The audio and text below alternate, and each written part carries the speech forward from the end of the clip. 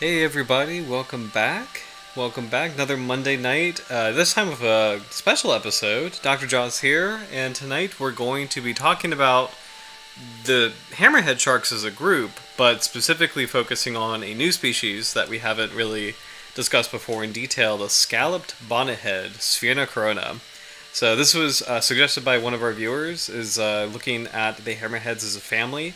And I thought it'd be kind of cool to, because we've talked about hammerhead sharks before quite often, and it's such a charismatic group of sharks. So I thought it'd be kind of cool to do a new species in tandem with a bigger, broader discussion on the family as a whole. So yeah, it's going to be really fun. But I think without further ado, we'll just dive in. We have a mix of footage, research, summaries on each species, and we'll kind of do a quick tour on everybody first before we focus in on the Scalloped Bonnethead specifically. So, pulling open a quick comparison of all the hammerhead species. So, on this table, we'll just start with the most extreme. This is the winghead shark, Sphyrna blockii.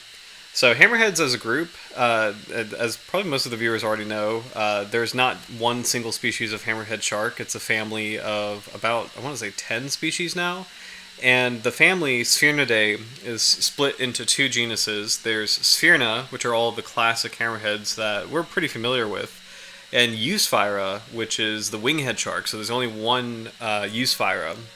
So winghead sharks can be found around Australia. I think they're also in the Indo-Pacific, around Indonesia, but they definitely are. There's a lot of cool conservation programs in Australia with winghead sharks, and they have the largest head-to-body ratio of all the hammerheads. So you can see in the photo here, it's a very weird, very extreme shape. We did a great episode on winghead sharks. I think it was last year is when we covered this species, but it's a critically endangered species. These sharks are shallow water sharks. A lot of the small hammerheads stick to shallow water, not really as a rule, but kind of as a trend.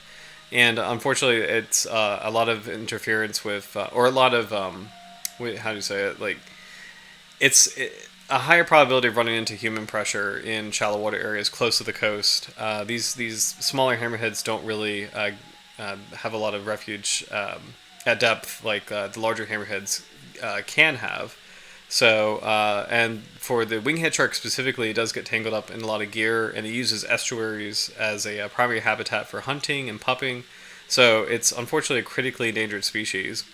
What's really cool about winghead sharks is that the size of their head allows them to make these like really tight turns, and the hammerhead, like as far as a hammerhead shark in any member of the hammerhead family, as far as like what the heads do and like why they have their heads, they serve multiple functions. So some of it is expanding sensory capability, where there's a higher concentration of ampullae lorenzini, so kind of a higher electromagnetic sense. But some of it is also physiological in the sense that the head acts as a hydrofoil.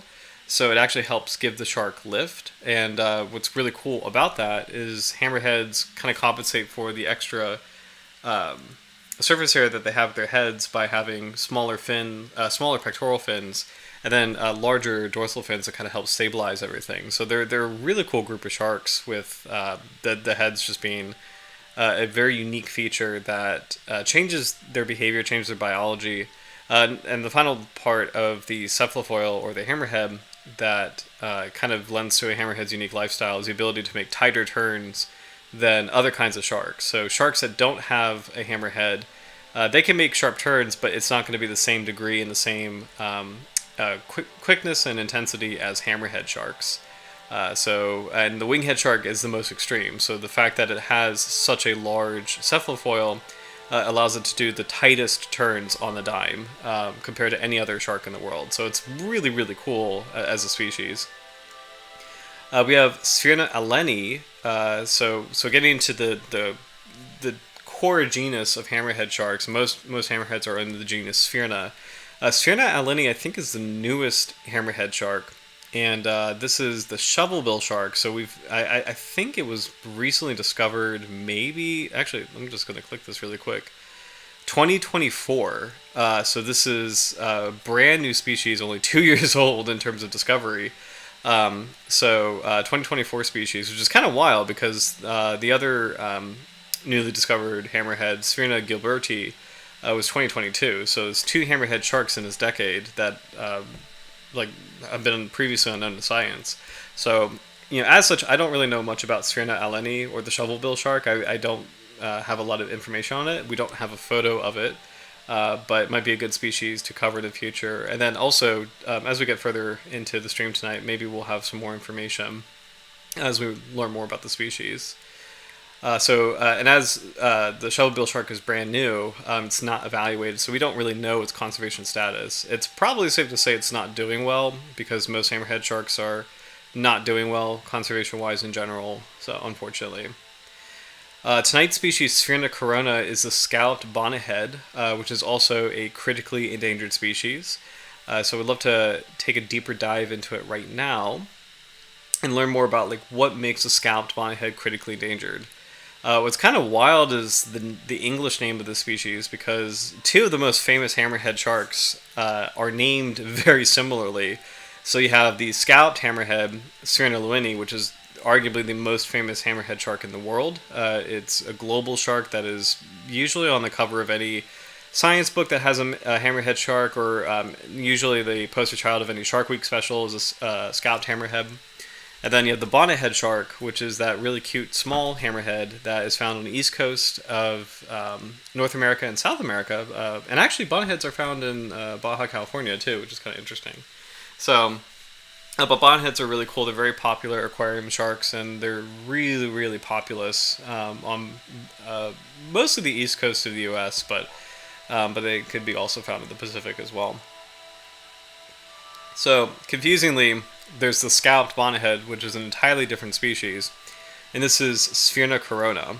I think I've heard it be called the crown hammerhead before too, but I'm curious to learn more of the English names as we learn more about the species tonight.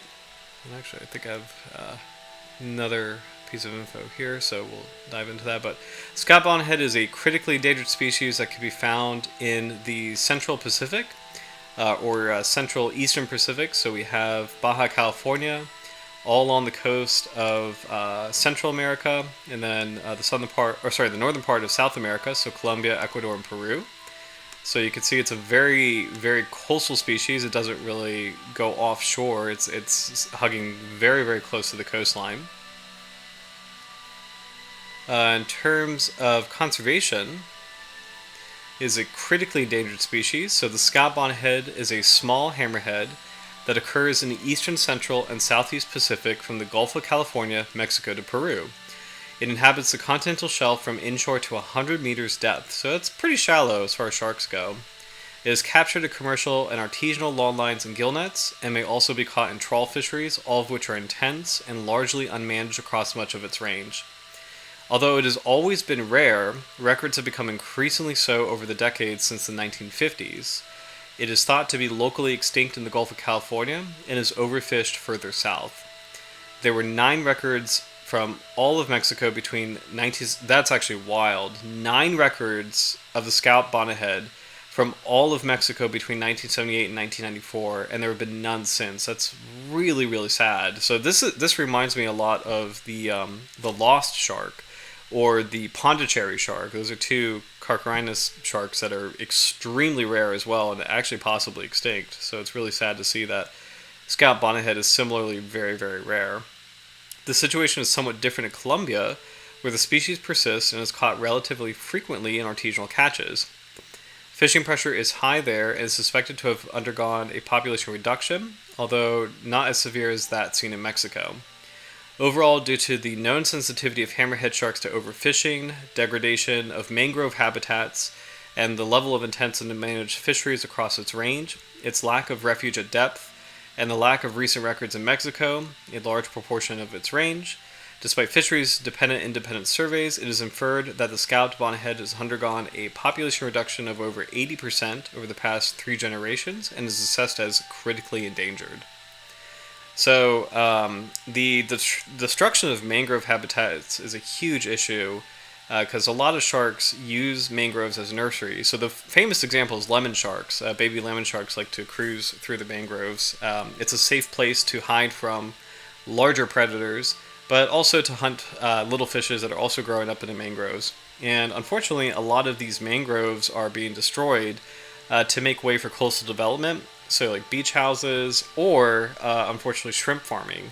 Shrimp farming is a huge, huge impact in various parts of the world, but in parts of Central America and parts of Asia, and I think particularly Southeast Asia, uh, mangrove destruction to create space for shrimp farms is a major issue, and this is why a lot of shrimp fisheries, uh, they're not they're under a lot of scrutiny and a lot of question. So you have to be very careful. Like if you go to the grocery store, just check where your shrimp comes from. So some shrimp is okay, but a lot of shrimp fisheries, especially foreign shrimp fisheries, or not even fisheries, but shrimp from foreign farms is usually really destructive and usually not a really well sourced seafood item. So and it's incumbent upon all of us, if we care about sharks and if we care about protecting them, just to make responsible consumer choices. And one of the easiest things we could do is, as we make a decision in a grocery store in terms of what to buy and what to eat, rechecking where your shrimp comes from is a big thing. Because I would say shrimp is probably one of the most destructive fisheries, or one of the most sensitive fisheries in terms of like how it impacts sharks. Tuna is also a big one. Swordfish is a huge one. And especially when it comes to the little hammerheads, shrimp is a big risk. So it's kind of funny that they don't mention the shrimp farming here specifically, but they mention the consequence of it, which is the degradation of mangrove habitat, so clearing mangroves to create space. And again, coastal development is also a thing too, whether that's recreation or actual residential housing. And there's a lot of areas that obviously have very intense coastal development. So yeah, it's regardless of what the motive is, removing mangroves is very, very destructive for shark habitat. And it's also not good for the coast either, because mangroves are a natural, you know, storm buffer. They actually absorb impact from like hurricanes or storm surge. The way that the mangroves are structured, where they have all these intertwining roots, they help kind of break up water flow. And the trees themselves actually help break up wind flow. So you can, you know, have development behind a mangrove, and that's actually relatively protected, as opposed to having just completely exposed development with no protection whatsoever. Same thing for salt marshes. Salt marshes are really valuable habitat for a similar reason. They help kind of trap sediment, nutrients, and also break up wind flow and water flow. You know, when there's major storms. So yeah, it's you know, it's sad to see development have such large impacts. Not only for sharks, but for human beings too. So, some other facts about the scalloped bonnethead. The Latin name is Sphyrna corona. So Sphyrna is a probable misspelling of Sphyrna, which is Greek for hammer, referring to the hammer-shaped heads. Corona is Latin for crown or halo, but that illusion is not explained. Probably referring to the irregularly oval oculinarial expanse. So really like the head shape and how the eyes relate to the nostrils. So here's a close-up of the scalloped bonnethead. So a couple of really nice photos actually, just to kind of get an idea of what the species looks like. So you have, and this one looks like a smaller individual. It's a small hammerhead shark in general, but this one in particular looks like it might be a pup.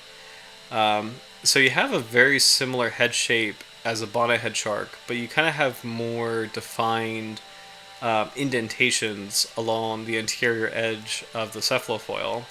So that probably is where it gets its name, being the scalloped bonnethead. Not sure if this is a preservation thing, but I don't really see any speckles. Usually bonnethead sharks actually do have a lot of brilliant speckles, or really pretty smattering speckles on their flank, but looks like this species doesn't really have that coloration, but again, that could be preservation. Pectoral fins seem a little bit smaller than a bonnethead shark's too. Otherwise, it looks very, very similar to a bonnethead. But I think the head shape is distinctive enough. So, and this is actually a really great view on the underside here, where you can see kind of like this white area. This is part of the chondrocranium, so this is part of like the cartilaginous structure that kind of holds everything together. And then these paler pink areas, these are where you can kind of see concentrations of. Well, actually, it's a little bit too blurry, but usually this is where you can see a concentration of the ampullae lorenzini, or the electromagnetic sensing organs that all sharks have, but hammerheads particularly have. I believe they have a denser concentration of them. So, very strange looking head shape. It's really cool to see that there's so many species in the world where, however they evolved this feature, it's certainly successful, because this is a pretty large, or a pretty sizable family. Maybe not a large family, but sizable in the sense that there's now 10 species that are all, I mean, I was about to say they're all doing well, but they're really not. Actually, they're very, very sensitive sharks. Just in this day and age, unfortunately, they don't really handle fishing pressure well. And we'll get into that later as we talk about some of the larger species. But scalloped bonnethead sharks have pretty nice piscivorous dentition, so very long needle-shaped teeth. The upper teeth looks like they have more of a nice curve with a pretty flat interior edge, so really great slicing teeth. Whereas the lower teeth are a little bit more straight and upright, so good for gripping food items. It's really cool to see that as you get further back in the mouth, these get a little bit lower and lower. So bonnethead sharks have increasingly molar-form teeth as you get further back in the mouth, which implies that they actually use their back teeth for crushing shells, like shellfish. But their interior teeth are more designed for grabbing like slippery prey items like squid or fish. This set of teeth, this jaw set, hints at this is a shark that goes after fish, squid, other invertebrates, maybe like shrimp, but definitely more of like slicing, like capturing and slicing teeth. So let's see what else we can learn about this species. So very shallow depth range, so 0 to 100 meters. Found on the continental shelf, presumably inshore. Viviparous, so live bearing, presumably with 2 young per litter, so that's actually very low. Also, I did notice this is probably the smallest species of hammerhead. I didn't know that this was actually possibly the smallest. So most hammerhead sharks, actually hammerhead sharks I think are kind of evenly split between large sharks and small sharks. But it's really cool that this one might be the smallest. I wonder if they have any, oh, here we go, size. So about 92 centimeters maximum length. So that's a pretty okay sized, like medium sized to smallish shark overall. But certainly very, very small compared to scalloped hammerhead, smooth hammerhead, and great hammerhead, which we'll talk about in more detail in a second.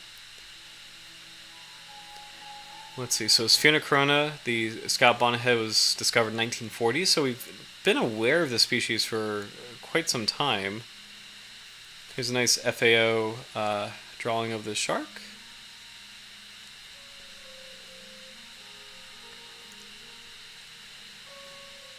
So classic English names are mallet head shark, which I think that gets confusing because I believe there's another hammerhead species that is called the mallet head.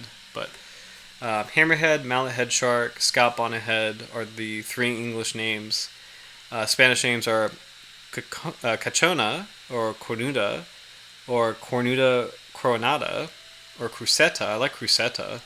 Martillo, pez martillo, tiburon cabeza de paleta. Those are pretty Spanish names for the species.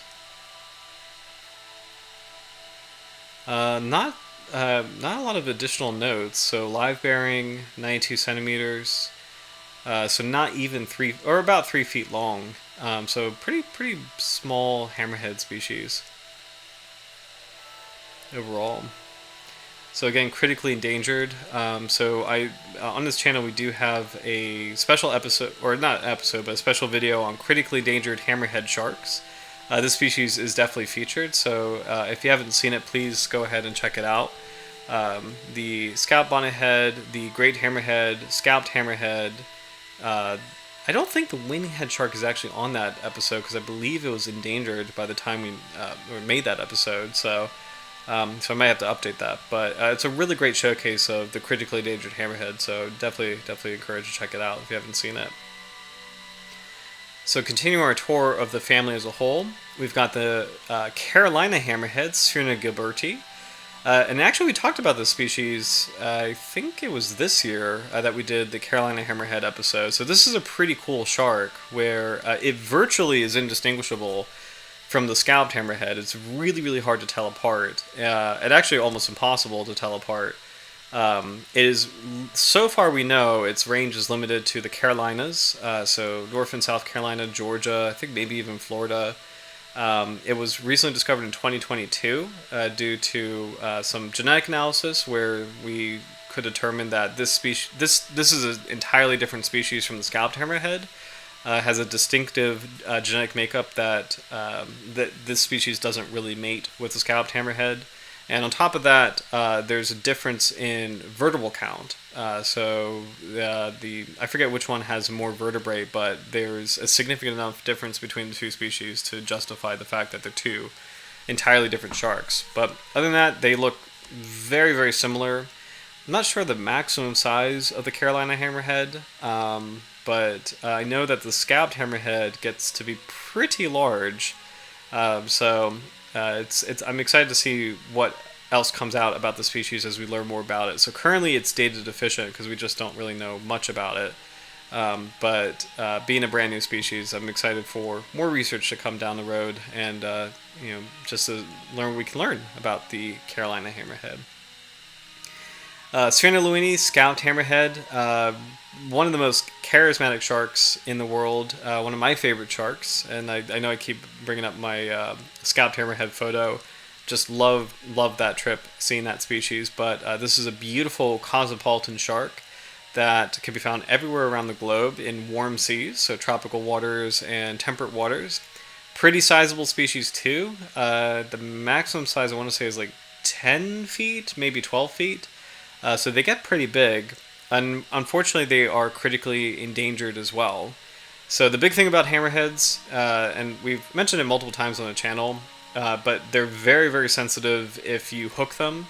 They have to keep swimming in order to breathe, and if they are hooked on a long line or even any kind of like hook, or if they're trapped in a gill net, any kind of fishing gear, once they get stuck, it's very hard for them to keep water flowing over their gills, and they don't last very long. So they usually decease in about an hour or two if they're entangled or caught on something. So it's an extremely sensitive group of sharks because they're probably the prime example of what you call obligate ram ventilators, meaning sharks that have to keep swimming in order to breathe. It's a real shame to scalloped hammerheads. Again, they're one of the most well-known sharks on the planet. Every nature special that you've probably ever seen has a shark, probably this species. So they aggregate in schools of hundreds of individuals. They're known to use their electromagnetic sense to follow underwater highways like magnetic lava flows, which is super cool. They are pretty interesting sharks socially, and actually they will aggregate around coral reefs and kind of slow their swimming to allow reef fish to come close and like pick off parasites, which is kind of cool. They are sharks that can be found in shallow tropical environments, but also over very deep water and migrating over the open sea, which is it's an amazing shark as far as like the variety of habitats it could occupy. And then referring back to how hammerhead sharks are very agile when they swim, these sharks famously hunt stingrays, where they will ramp up that speed and do those like quick turns and those tight turns to pin a stingray down into the seabed and get a good hold on it with their teeth. So they'll use their cephalofoil to actually pin the fins of a stingray down or the wings of a stingray down to get a good hold and bite it. So really interesting species of shark. And again, one of my favorites. I love scalloped hammerheads. Such a cool shark. Next we have Sphyrna media, the scoop head shark. So this is another small hammerhead, and unfortunately critically endangered. It looks very, very similar to bonnethead sharks and the scalloped bonnethead. So very, very similar cephalofoil as you can see here. So kind of like that small, rounded shape. So this is a species that also lives in South America. And the threats that face scoophead sharks are very similar to the threats that face scalloped bonnetheads, in the sense that they're sharks that are restricted to shallow water. They don't really have refuge at depth like the larger hammerhead species. And they also have mangrove nurseries. So, and actually even adults, since it's a small hammerhead shark, they like to hunt in the mangroves as well. And unfortunately, with the destruction of mangrove habitat, this has been a severe issue for just not having a safe place for pups to grow and to feed. And to hunt. It's really sad what's happening to hammerheads in these areas where just their habitat is being destroyed. So, scoophead sharks is also featured in that episode on critically endangered sharks. So again, I definitely recommend checking that out. And just because a lot of the conservation needs are similar between this species and the scalloped bonnethead. Next one is the great hammerhead, Sphyrna. This is unfortunately also critically endangered. Real shame because this is the largest hammerhead shark in the world. This is also a very charismatic species. This probably have seen it. You definitely have seen it on Shark Week, where if you ever have an episode that's set in the Bahamas, specifically Bimini, this is the shark that you'll see. So these are very intimidating looking sharks. They have this huge T-bone shaped head with this enormous sickle-shaped dorsal fin. I believe great hammerheads have the highest dorsal fin relative to body size of any shark. I'm pretty sure great hammerheads have the largest relative to body size. So they are still relatively safe to be around for humans. I know there's been a couple large hammerhead incidents, but hammerhead sharks get a bad rap that I don't think they really deserve because they primarily eat fish or stingrays. They don't ever go after marine mammals. The only one that could theoretically go after a large prey item would be this species, but even them, I don't think they go after. I'm pretty sure they don't go after marine mammals at all. They're much more built for eating squid, stingrays, and fishes.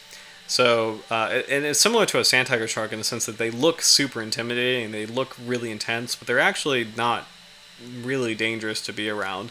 I know there's a lot of shark specials that like to talk about hammerheads as if they're like, if you see one in the water, you're in danger. But the reality is you're not. They pretty much leave humans alone for the most part. I've heard that hammerheads don't like scuba diving bubbles, but they're also pretty shy sharks. They don't really want to be disturbed, and they don't usually want to approach you unless you have maybe bait in the environment. So, but really, really impressive looking animal. Just everything about great hammerheads just look extreme as far as like those like sharp edges on the fins and that really solid cephalofoil. It's a really, really cool shark that is more restricted to the tropics than the scalloped hammerhead. So next up is the bonnethead shark, Sphyrna. So this is a very popular aquarium species and one of my favorite little sharks. They have a really beautiful, unique head shape, and actually proportionally they have the smallest hammerhead relative to hammerhead shark, relative to body size. So what's kind of cool is that the bonnethead shark is at one end of the extreme, having the smallest cephalofoil, and the winghead shark is at the other end of the extreme, having the largest cephalofoil. So it's kind of cool to compare the bonnethead shark photograph here, where you can actually see that the pectoral fins are a bit larger, to the scalloped bonnethead, where the head is a bit larger, but the pectoral fins are a bit shorter. So what's kind of cool about hammerhead sharks is that the size of the pectoral fins sort of relates to the size of the cephalofoil. So the larger the cephalofoil is, the smaller pectoral fins proportionally are. So you can actually see that with the winghead shark, where those pectoral fins are pretty underdeveloped compared to the cephalofoil size. So cephalofoil is huge and clearly much larger than the pectoral fins, whereas something like the bonnethead shark, it's kind of the opposite, where the pectoral fin is quite large and the cephalofoil is proportionally rather small. Even the great hammerhead has very large pectoral fins, and the cephalofoil is still pretty formidable, but not not proportionally as large as the winghead shark. So. Bonnetheads are endangered. They're not quite the same status as the other hammerheads yet, but a lot of habitat degradation and really impacts on the species in other parts of the world are really negatively impacting it. Otherwise, on the east coast of the U.S., they're pretty populous. Bonnethead sharks and sharp-nosed sharks are the two most populous warm water, shallow inshore coastal shark species. So, but it's really, I believe it's a Pacific population of bonnethead sharks that drag that status down to endangered, unfortunately. So, next one is the small-eye hammerhead, Sphyrna. So, unfortunately, another critically endangered species. This species is also featured in that video on critically endangered sharks. So, please check it out. It's a similar situation as the scoophead shark and the scalloped bonnethead shark in the sense that these are small hammerheads that live in South America that have a need to occupy mangrove habitats and concentrate a lot of their time in shallow water areas. And unfortunately, there's just so much human impact in terms of fisheries or habitat destruction that's really directly led to the demise of these species. One thing that's really cool about small-eye hammerheads is that they're also known as golden hammerheads. So their coloration is unusually more yellow, kind of like a lemon shark. And I kind of like the idea. I kind of like the name of golden hammerhead a little bit more. So it just sounds a little bit cooler. But small-eye hammerhead is like the formal English name, but golden hammerhead is another alternative for this species due to the unique coloration, having that bronzy sheen, that yellowish bronzy sheen. That's again kind of similar to lemon sharks. So.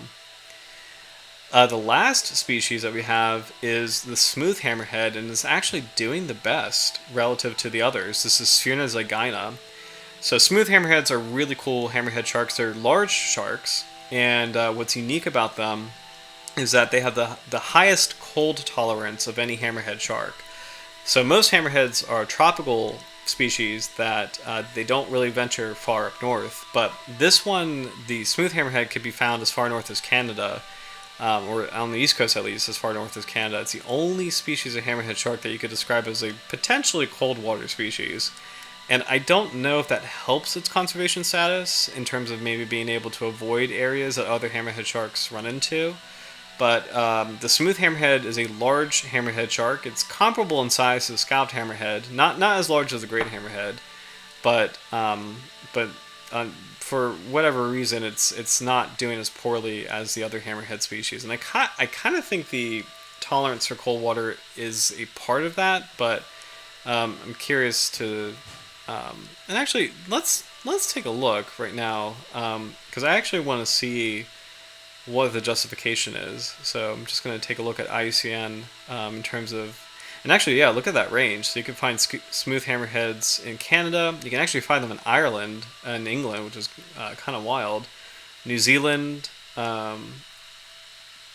Japan. So really, really broad range compared to other hammerheads. I won't read this whole thing. I just want to skim through this.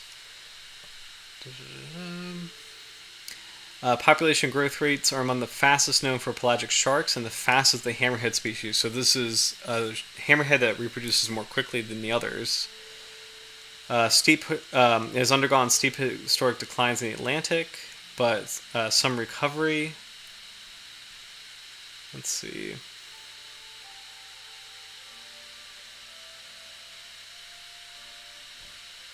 Lower level of artisanal fisheries compared to the scalloped hammerhead and great hammerhead due to its generally more temperate distribution. So the cold water, like this shark's ability to go further away from areas of higher impact has helped its conservation, which is really interesting. Okay, so good to verify that. So as a whole, if you compare these hammerhead species, and I'll kind of zoom out. So the winghead shark, shovelbill shark, I'm sorry, I won't do those pop-ups. Winghead shark, shovelbill shark, scalloped bonnethead, scoophead, bonnethead, and small eye hammerhead. These are all small hammerhead sharks. So you have 1, 2, 3, 4, 5, 6 small hammerhead species. The large hammerhead sharks are the Carolina hammerhead, the scalloped hammerhead, the great hammerhead, and the smooth hammerhead. So 4 large species, 6 small species. 2 species are just unknown. We don't really know what's going on with their conservation status, but 1, 2, 3, 4, 5, 6 species are critically endangered. So not just endangered, but critically endangered. So this is a really, really sensitive group of sharks that needs a lot of conservation attention. The bonnethead shark is endangered, and the smooth hammerhead, unfortunately, is the best of the family in terms of conservation. It's still a vulnerable species. So some of the threats that affect hammerheads as a whole really relate to shark finning, the demand for shark fin soup. As you can see, the dorsal fins on each of these hammerhead sharks is very, very large relative to body size, and that makes them a target compared to other shark species. The other part of it too is that hammerheads are uniquely coastal species, so the small ones all are restricted to the coast. The large ones, they do spend a lot of time in deep water or open water, but they do have to come close to the coast occasionally. These are classic tropical and warm temperate sharks that spend a lot of their time on the coast, and so therefore they run into a lot of human fishing pressure. And again, they don't sustain that really well. They once they're caught on the hook or trapped in a gill net, that's usually a high mortality risk for them. So the fact is, like, hammerhead sharks, between their their preference for being close to the coast and unfortunately being close to humans, their sensitivity to being caught on gear, and then the fact that they're targeted for their fins, it just kind of spells disaster for them. So fortunately, hammerhead sharks are starting to get more attention in terms of conservation. So there's some countries that actually actively protect hammerhead sharks. A lot of species are currently listed as CITES Appendix 2, so there's international recognition that these are sharks that we shouldn't be messing with and we shouldn't be touching. We should let them be. And there's other international bodies that are recognizing that hammerhead sharks are just a shark that should deserve the same kind of status as a white shark or a basking shark or a oceanic white tip, where it's just like, it's a shark that if you see it, just don't touch it, leave it alone, just because they really need our help globally. So preserving their habitat and just avoiding hooking them in general, and just not targeting them, are the ways to kind of help the family overall, and hopefully we'll see their recovery in the future. I was hopping away from the screen, but just some photos of the hammerhead sharks in comparison. So we have the bonnethead in the far left, so one of those smaller hammerhead species. The smooth hammerhead, which looks very close to the scalloped hammerhead except for the interior edge of the cephalofoil, which has a smooth shape, so it doesn't have that indent like scalloped hammerheads have. The great hammerhead, which I'll click on this because the photo is a little bit cropped, but just really cool, very intimidating looking species. Just that classic straight T-bone shape that's unique amongst other hammerheads. It actually is. You can pretty easily identify this species compared to the other ones, like the size and the intensity of the appearance. You can tell this is a great hammerhead. Scalloped hammerhead shark. Very famous photograph here too. This is one of the classic by Terry Goss, one of the classic photos of the species. So the iconic hammerhead with the indentation right at the interior edge here, identifying it as a scalloped hammerhead. And you can see all their statuses in comparison. So endangered, vulnerable, critically endangered. All of these are critically endangered. So great hammerhead, scalloped, scoophead shark, and small eye hammerhead, scalloped bonnethead, winghead shark. Unfortunately, all critically endangered species. So, taking a break a little bit from conservation, we'll take a look at how some of these sharks move. So, starting with one of the smallest hammerheads, the bonnethead shark. So, this is in a nice coral bed. Shark is swimming close to the seabed, looking for prey. What's kind of fun about hammerhead sharks is the fact that their eyes are so widely spaced. They have this characteristic movement where they kind of move their head side to side, and it helps give them a broader field of vision. So it's this unique kind of binocular vision where by shifting the head and kind of swinging it from side to side, it actually gives the shark the complete picture of the environment that it's swimming into. So it's the way that they can kind of see everything, and they actually can see things better than a lot of other shark species. So that characteristic movement, it helps them move in general, but it also helps amplify their sight and their perception of their surroundings. So this little bonnethead swimming is kind of a cool small demonstration of that characteristic movement that hammerheads have. These are really, really fun sharks in that they're just completely harmless, really cool to see in the wild, and very popular. So if you go snorkeling or diving in southern Florida, you probably will bump into one.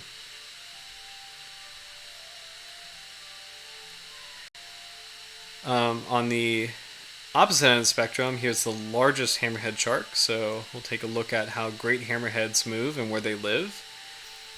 So this is a tropical area.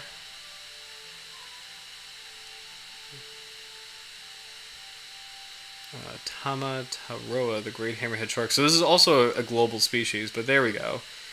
So there's that classic huge sickle-shaped dorsal fin. So this is French Polynesia with the great hammerhead shark. Huge animal. About, I want to say they're like 14 feet at maximum. A very popular shark to dive with. That's a great view of that sickle-shaped fin.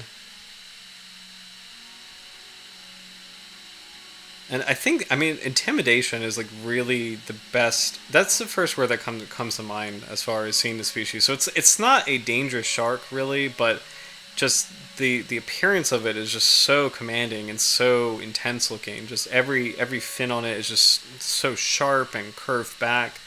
The cephalofoil is just like large and thick, and it's just this really strong looking shark that, if you saw it in the water, you'd probably freak out a little bit.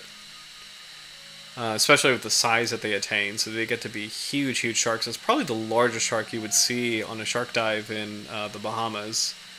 So they're very Oh, actually, this one's doing something interesting. This one's angling its fins a little bit down. That's actually a really cool clip. That looks like a pregnant female.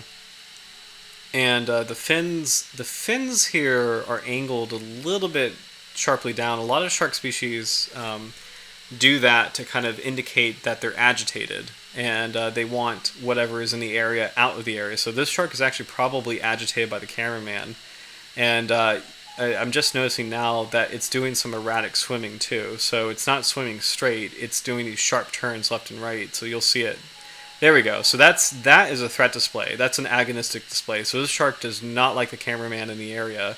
And her belly is a little bit distended too. So this actually might be a pregnant female. Again, hammerheads are live-bearing sharks. And no claspers, so confirming that this is a female shark. Pretty large individual too. And then just really quickly moving away from the camera. So between her movement and the angling of the pectoral fins, I think it's safe to say this is an agonistic display. And the shark wants that diver, that cameraman out of there. She is not happy that he's in the area. So pretty interesting. This is great. This is a shark nursery with black-tip reef sharks. So I'll click this again. You'll see. Sorry, I'll rewind that so you can kind of see those little shapes in the water are actually little shark pups in very shallow water.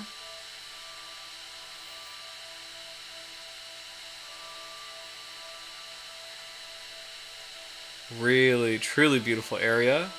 Got some spotted eagle rays here. And there's a hammerhead in the background, kind of swimming into the camera, swimming into the frame, probably looking at those eagle rays and trying to find good opportunity. Amazing, amazing looking shark. Just really intense. Sorry, and this video is by the Macaron Protection Society. So Macaron referring to the scientific name. So definitely gonna like and subscribe because that was a really cool showcase of the species, and you know, a part of its huge range and a really beautiful part of the ocean.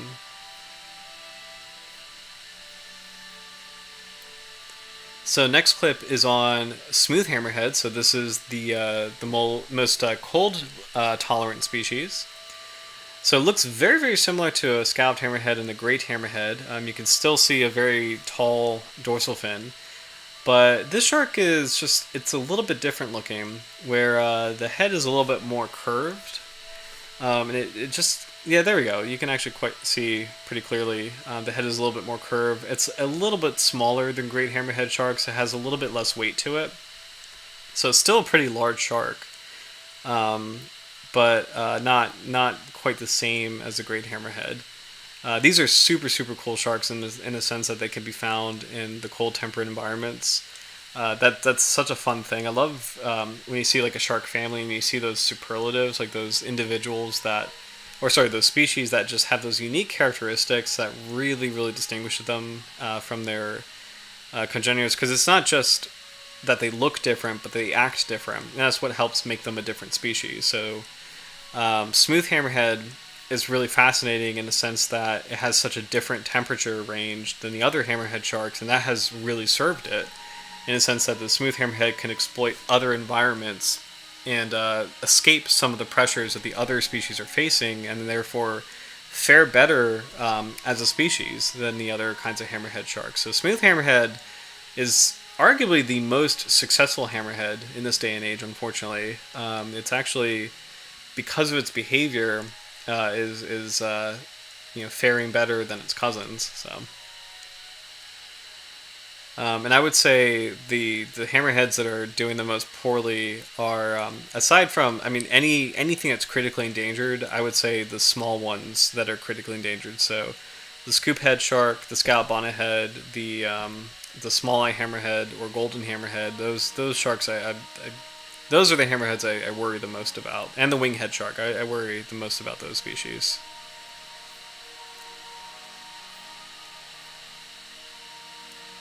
Here's a nice clip of the classic scalloped hammerhead. So it looks so similar to a smooth hammerhead. These two species are very, very hard to tell apart in the wild. The only way is just that indentation at the front edge of the cephalofoil. That is the only way you can tell those two species apart, and it takes a real shark expert to be able to do that, and that's just really, really hard to do in life. So it's just that one little dent. That's the one thing that can help tell this species apart from others. So, but beautiful animal. They both occupy very similar ranges, except for the scalloped hammerhead has a temperature limit that smooth hammerheads can go beyond. Otherwise, they both can occupy the open sea. They could be in shallow water. They could be swimming over deep water. Scalloped hammerheads have actually been found in the midnight zone too. So they've actually been able to dive to really deep depths beyond the twilight zone and into the midnight zone where no sunlight can penetrate, which is kind of wild. And I think scalloped hammerheads have the deepest depth record. I have to double check that, but I'm pretty sure that's the deepest of the species. The deepest diving of the species is the scalloped hammerhead here. So, but obviously beautiful shark, great clip too. Just of this gorgeous, gorgeous animal cruising peacefully in open water. Last clip that we have is back to great hammerhead sharks in the Bahamas. We gotta play it just because Bahamas are such a famous hammerhead location. So if you do watch Shark Week, you probably have seen this before. Just these crystal clear, tropical blue teal waters, and a great hammerhead cruising by. So really, really such an amazing looking animal. Largest of the family.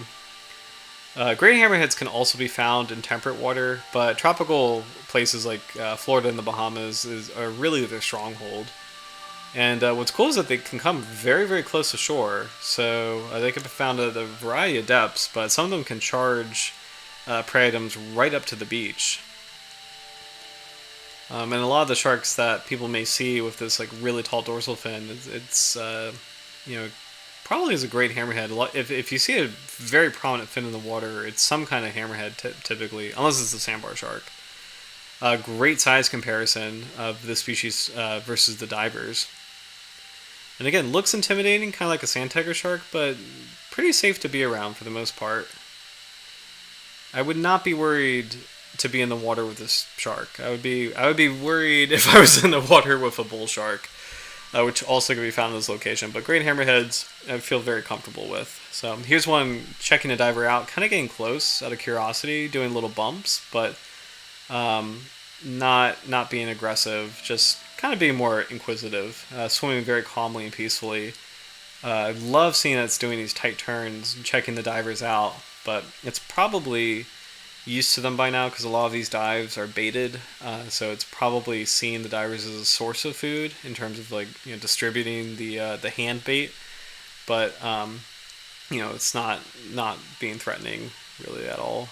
And it's so cool to see compared to that other clip. This individual is actually swimming very calmly and very peacefully.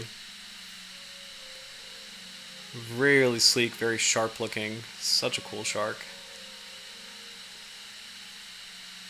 And what a great dive location too. It's just nothing but white sand and clear blue water where you can clearly see the silhouette of this and other impressive shark species, like the nurse shark and the bull shark, Caribbean reef shark. They all can be found in the Bahamas. So I think what we'll do is we have a couple. We do have some research on hammerhead sharks in general, but I kind of want to breeze through some of the species profiles and see if we can find some cool facts that we haven't touched on yet about the family as a whole, and we'll kind of go from there. So, starting with the scalloped hammerheads, just the classic. I won't read the whole thing. We'll just kind of skim through to see if there's anything that comes to mind. So, as an example, a weird name for this is the kidney-headed shark. I kind of hate that, but the bronze hammerhead shark, I like that because in life these can be very bronzy. The individual that I saw actually had a beautiful bronze coloration on it. Southern hammerhead shark, I haven't heard that one before. So, let's see. This is important. The species' tendency to aggregate in large groups, making capture in large numbers on long lines, bottomnets, and trawls even easier. So that's also a huge part of the species being critically endangered, which is really sad. This has led to the complete die-off of populations in certain areas. Hammerhead fins have represented up to 5% of the fin market in China at times. This 5% is comprised of up to 2.7 million smooth hammerheads or scalloped hammerheads. So Sphyrna zygina is the smooth and Sphyrna lewini is scalloped. The remainder of the shark is used for vitamins and fish meal. Scalloped hammerhead pups reside in shallow coastal nursery areas, making them quite vulnerable to fishing pressures. The danger to human section is kind of interesting. Hammerheads are considered potentially dangerous sharks. There have been 17 unprovoked attacks for the genus Sphyrna, so that's across every hammerhead in general. And that's such a very tiny number. These sharks don't go after people at all. They're pretty safe to be around. None were fatal. That's amazing. Yeah, so there's no fatal hammerhead attack. Even the scary great hammerhead is just very, very safe to be around. These sharks are adapted just to hunt fish, really.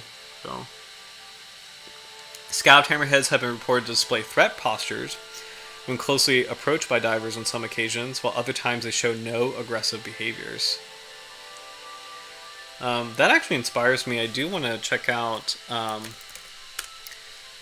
Andy Murch's dive website. Sharksandrays.com is a really, really great website, and he's completing this photo decks of all these sharks from around the world. But he actually probably has a lot of hammerhead photos, and I'd love to take a look because he also has great dive notes on the species. So here we go. Andy has seen 5 of the 10 hammerhead species. So we've got the scalloped hammerhead, the scoophead, the great hammerhead, the bonnethead, and the smooth hammerhead shark. So we'll take a look at each one. So we'll start with the scalloped hammerhead. Gorgeous photograph here. And actually great, let me zoom in, really great photograph of the namesake of the species. So it's really, again, that indentation right there. This is where a scalloped hammerhead gets its name, is that indentation right in the middle of the cephalofoil. So it's really 3 in total. So you have the center one right here, and one right here, but this is what makes it, or gives it that scallop shape, so kind of like the edges of a scallop shell. So that's really where it gets its name. Critically endangered species. I love reading this part, so behavior and reaction to divers. So this, and diving logistics too, so I definitely wanted to check that out. So shy and easily spooked by loud noises such as divers' bubbles. Very difficult to approach when viewed in schooling behavior. Divers often have better success when using rebreathers. Discreetly positioning yourself next to a clean station and trying to breathe slowly generally yields the best results. Can be aggressive, making close passes in baited situations, rarely seen by snorkelers. In terms of diving logistics, I won't read the whole thing, but I'll kind of skim through it. So schooling scalloped hammerheads could be found in numerous dive sites around the world. Temperature seems to play an important role. For example, if it's too warm, the hammerheads descend to deeper, cooler water and vice versa. Seamounts and offshore islands in the eastern tropical and temperate Pacific Ocean are particularly good. The northern Galapagos Islands, Wolf and Darwin, Malpelo Island off of Panama, Cocos Island, super famous location, Cocos Island in Costa Rica, and Revilla Gigetto Archipelago, aka Socorro, south of Baja, are all well-known hotspots. All the above-mentioned spots are only accessible by liveaboard. In the Sea of Cortez, Gorda Bank near Cabo, and El Bajo near La Paz are once very good spots, but overfishing has significantly reduced the shark populations in those areas. In the Central Pacific, Nukuhiva in the Marquesas Archipelago delivers reliable close encounters. In the Western Pacific, Japan has some seasonally excellent schooling hammerhead sites such as Yonaguni Island at the western tip of the Ryukyu Archipelago and Mikomoto Island on the Izu Peninsula. Hammerheads are also encountered on deep drop-offs near Malapascua Island in the Philippines. In Florida, in the Western Atlantic, shark feeding operators sometimes inadvertently attract scalloped hammerheads. Although the encounters are unpredictable, this may be the best way to enjoy extremely close encounters. Interesting note: El Nino years may see less hammerheads as the water becomes too warm at recreational scuba depths, so the sharks stay deeper. Following El Nino years may be the best schooling activity, as the sharks are then in dire need of the cleaning stations that they were unable to reach the previous year. So that's actually really cool. I'll read that again. El Nino, so El Nino and La Nina are very broad weather patterns that can have a huge effect on the distribution of fishes, food, nutrients in the ocean. So it's actually really cool to see a direct impact on shark distribution here. El Nino years may see less hammerheads as the water becomes too warm at recreational scuba depths and the sharks stay deeper. Following El Nino years may be the best schooling activity, as the sharks are then in dire need of the cleaning stations that were unable to reach in the previous year. It's so cool. Behavior. Although scalloped hammerheads are encountered individually, they've been well documented swimming in huge schools around seamounts and offshore drop-offs where they approach cleaning stations to rid themselves of parasites. Why they swim in polarized schools is unclear, as is unusual behavior among sharks. However, divers have witnessed scalloped hammerheads in coitus, or 2 individuals coupling and crashing into the reef before separating, so their schooling behavior may be primarily related to reproduction. Oh, I love that there's actually a field note on the Carolina hammerhead here too. So, indistinguishable in the field, examination of dead specimens will reveal approximately 10 fewer vertebrae than the scalloped hammerhead, range restricted to the western Atlantic. Alright, I want to see if there's any more notes on scalloped hammerhead sharks here.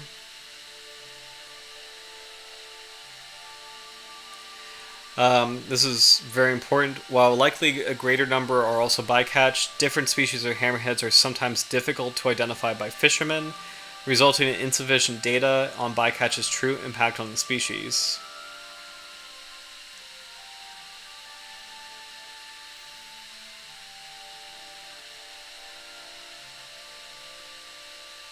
Okay.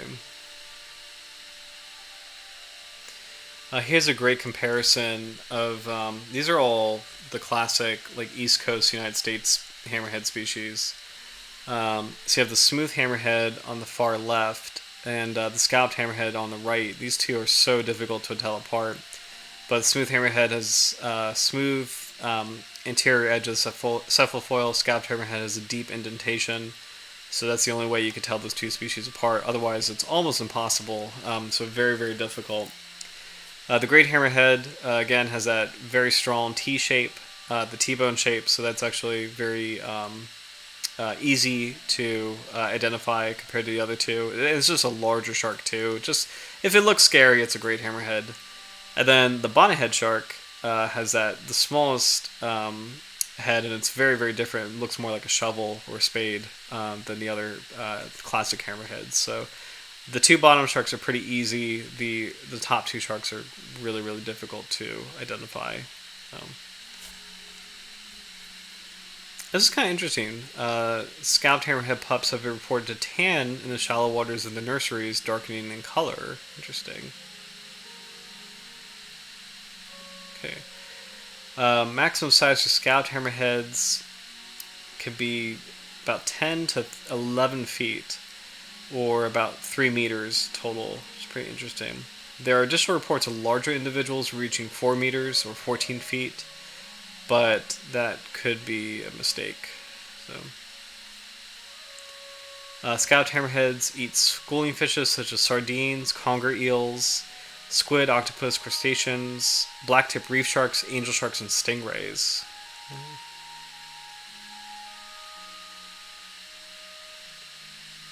Okay, so this is the classic charismatic hammerhead species.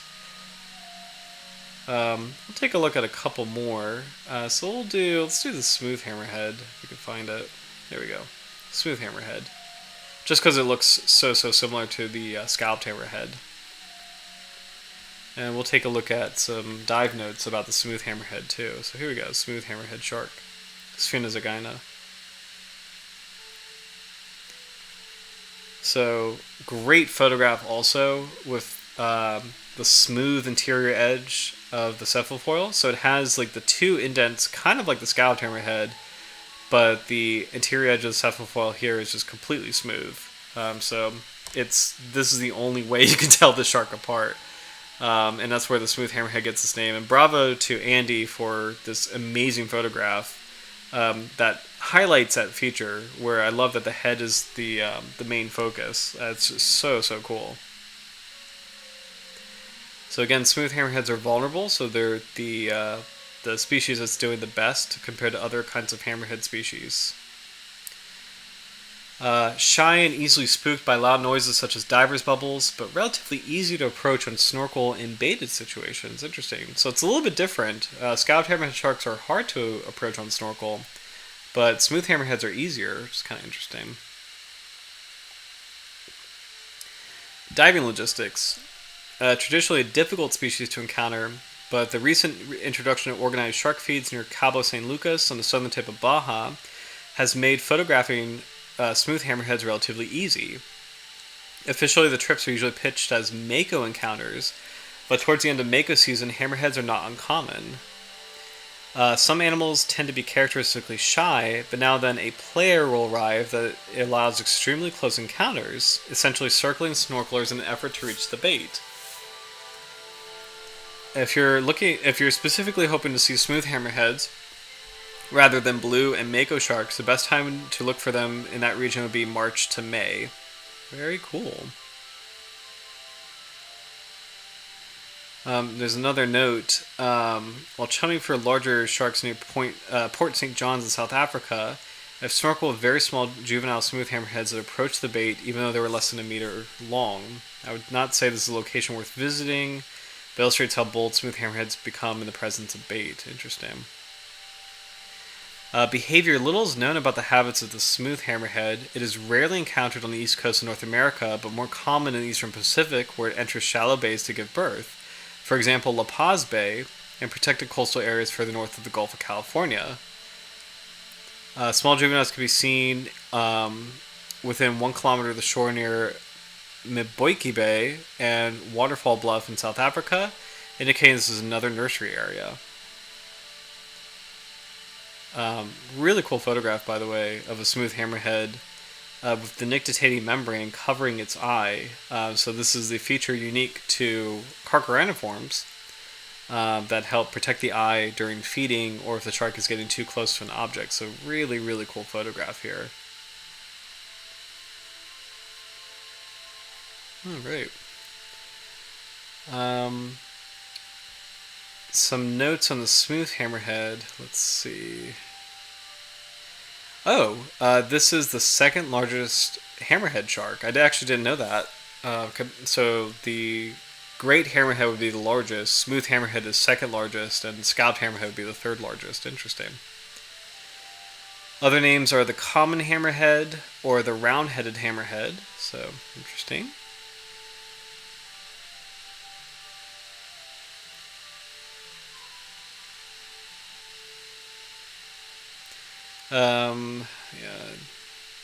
Same notes, essentially the same notes on human encounters. Preferring shallow waters less than 20 meters, smooth hammerheads live close to shore over continental shelves and inshore waters such as bays and estuaries. They occasionally enter into freshwater, such as Indian River in Florida, which is a pretty famous shark nursery, so a lot of bull sharks can be found in Indian River, which is pretty interesting. Juveniles form large aggregations, while adults occur individually or in small groups. Nursery habitats are generally smooth, sandy substrate in shallow waters.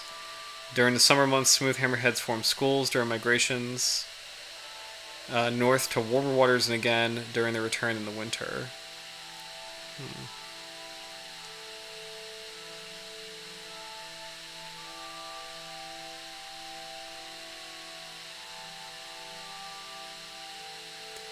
Dark olive to brownish gray in color with a white underside. This is in contrast to the brown coloration is common to many other species of hammerheads.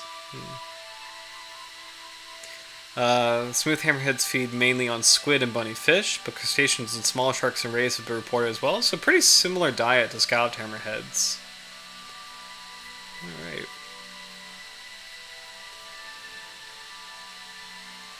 I think going from second largest, definitely want to check out the largest again. So the great hammerhead, Sphyrna. So what more can I say? Great, fantastic photograph, highlighting the key features: the sickle-shaped fin and the T-shaped cephalofoil.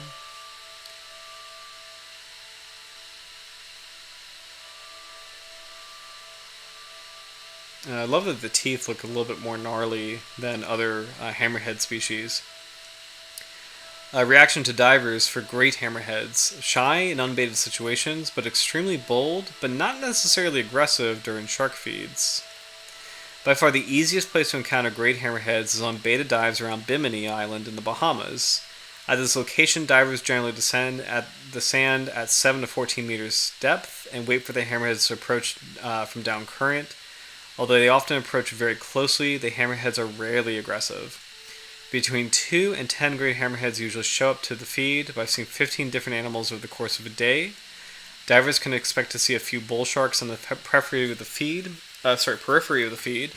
and often 20 to 30 nurse sharks. Occasionally a tiger shark may show up as well. The shark feeders actively avoid feeding the bull sharks and nurse sharks and deter any bull sharks from approaching closely by hitting the metal bait crate. Interestingly, this metallic noise appears to frighten the bull sharks, but has virtually no effect on the hammerheads. Further north on Little Bahama Bank, Tiger Beach, a world-famous tiger shark baited encounter, also sometimes attract 1 or 2 great hammerheads. Both locations are seasonal, with encounters dropping off during the hot summer months. Elsewhere in the Bahamas and Caribbean, unbaited sightings are not common, but in those situations, hammerheads rarely make close approaches. In the Pacific, hammerheads are sometimes encountered on unbaited dives. And in French Polynesia, divers are seen great hammerheads predating spots people raise. This encounter is highly seasonal, January to March, and the encounters are very deep at 40 to 50 meters. Here's a great photograph, by the way, of some great hammerheads have really weird color patterns. So this one has like this kind of gray and white modeling, if you will. Love seeing that. It's just such a cool appearance overall. I'm not sure what contributes to this coloration, but I think I've seen some great hammerheads have like a nearly black coloration too. So they're really cool sharks. And actually, here's a great photograph of. Oh my gosh! So what a great photograph for size. So this is a great hammerhead swimming alongside a tiger shark. So tiger shark in the background, tailing a great hammerhead shark. So these are two giants, huge predators.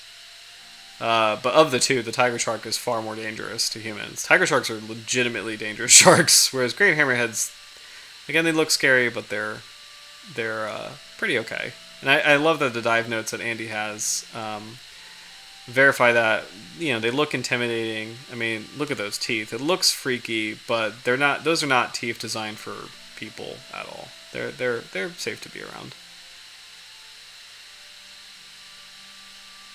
Some notes on great hammerheads. Let's see. Largest of the hammerheads. The cephalofoil is straight and square relative to the major axis of the body. Let's see. Maximum length of 18 to 20 feet.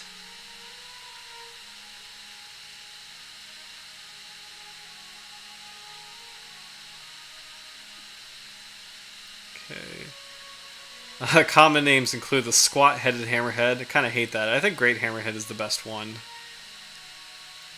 as far as names go.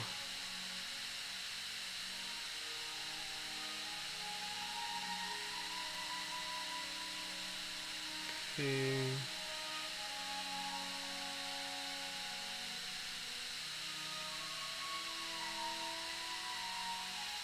Habitat: large coastal semi-oceanic shark is found far offshore at depths of 300 meters, but commonly shallow coastal areas such as over continental shelves and lagoons to depths of 80 meters.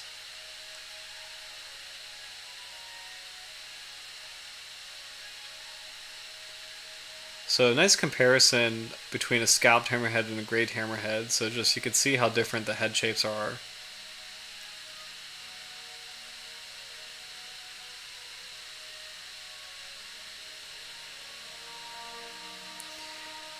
Great hammerheads. Oh, sorry, size and growth. The world record of great hammerheads caught off Sarasota, Florida, weighing 991 pounds or 450 kilos.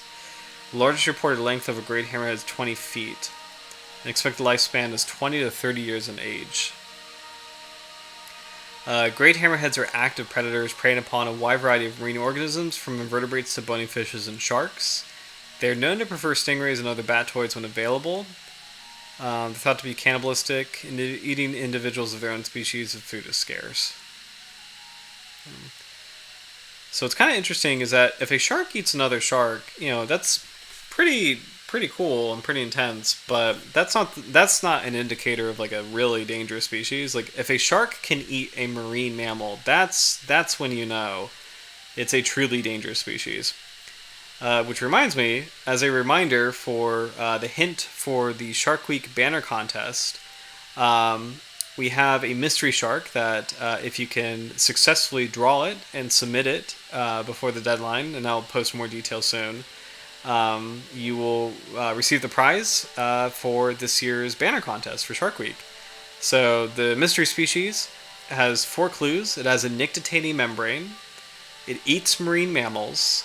It is the largest of its genus, and it lives in Virginia. So good luck. I think I will stop posting this hint until I actually put it on the what do you call it? The channel page. So this will be the last preview hint. But the past 3 streams, for viewers who've been watching live, this is the hint for and a head start for the banner contest. So good luck. More details to come, and hopefully we'll have some people guessing this mystery species.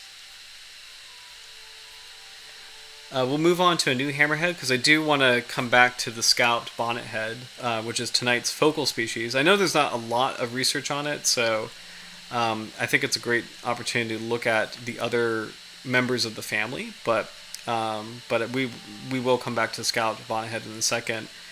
It would be really cool to learn more about a very closely related species in terms of habitat and biology. This is the scoophead shark, Sphyrna. So this is actually probably the closest comparison in terms of photos that we have and information we have to the Scalloped Bonnethead shark. So very similar head shape too. So kind of like a bonnethead shark as far as having a somewhat shovel-headed shape or spade-shaped head. This shark has a beautiful coloration on its back right here. So I believe, is this Sphyrna? Is this also the... I know I was talking about the golden hammerhead. Hold on. Bonnethead, Smalley. No, Smalley hammerhead is golden hammerhead, so this one's different. Scoophead's different. Still, very pretty coloration here. Considered abundant in the 1970s, the scoophead shark has since undergone a population reduction of greater than 80%. So it's amazing that Andy was able to get a photograph of this shark. Reaction to divers. No known records of sightings by divers. Due to its small size, the scoophead shark is probably a very shy species, which accounts for the lack of sightings. It also appears to prefer turbid environments where divers are unlikely to venture. Although the species is not seen by divers, it does occur in shallow water. Anyone wishing to encounter a scoophead shark should consider chumming with appropriate bait in the Bay of Panama. When Andy encountered the species, he based himself in Chepo in eastern Panama and accompanied fishermen that were working near the mouth of the Chepo River. Other than that, we don't know really anything about its behavior, but these are amazing photographs. Truly, truly incredible photographs of one of the rarest hammerhead sharks you could find. So really cool to be able to see that. And what a beautiful little shark too. Such a gorgeous little animal. Great shot from the dorsal view of the species, so kind of looking down. This is probably my favorite shot of this shark, just that gorgeous, gorgeous coloration. Sphyrna is the scoophead shark. Let's see. I don't know if we have any other things. Little known biology. Found in inshore areas over continental shelves. Utilized for human consumption and for fish meal. We don't really have a lot of info on it. Another similarly related to the hammerhead shark is the Smalley hammerhead. This is the one that's also known as the golden hammerhead. Great photograph in a similar environment. This guy looks very, very similar to the scoophead shark, but you can actually see a little bit more of a prominent indentation here on the cephalofoil. So, and actually, really great photograph by Doug Perrine. I remember this is a photo I grew up with as far as some of the shark books I would read on Smalley hammerheads. So English names are the curry shark and the golden hammerhead. Let's see. Oh, here's another great photo. I've never seen this one before, actually. This is one of the most abundant species on the east coast of South America, and is therefore a significant portion of the bycatch by shrimp boat trawls and other fisheries. While the fins and meat are sold, it's not considered to be large economic importance. So I don't think I've seen this photograph ever, and this is actually a really cool shot of species in very murky water. Really pretty golden coloration here, just emerging from the shadows. So cool.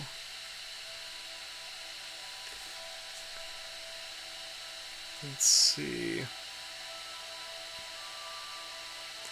In recent years, there has been a marked decline reported in artisanal catches of Smalley hammerheads in Trinidad. This is likely a result of overfishing.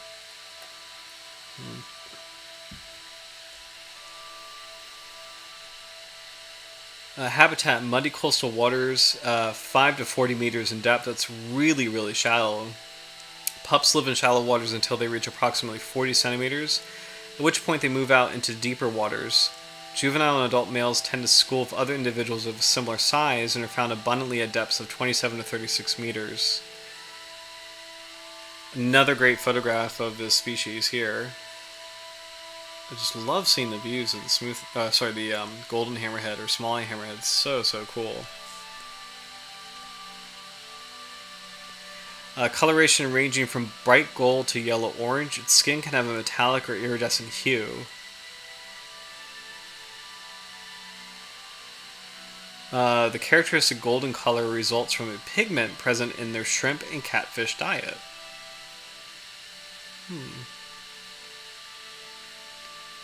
It's one of the smallest of the hammerheads and only reaches about 5 feet maximum size. Diet consists mainly of shrimp, sea catfish, swimming crabs, squid, and scalloped hammerhead pups. Wow, so these eat other hammerhead sharks. Juveniles generally feed on Penaeid shrimp. The color of the sea catfish, their eggs, and the shrimp are a very bold golden color. This has led scientists to postulate there's a connection between the carotenoid pigment in the catfish and shrimp and the color of the shark.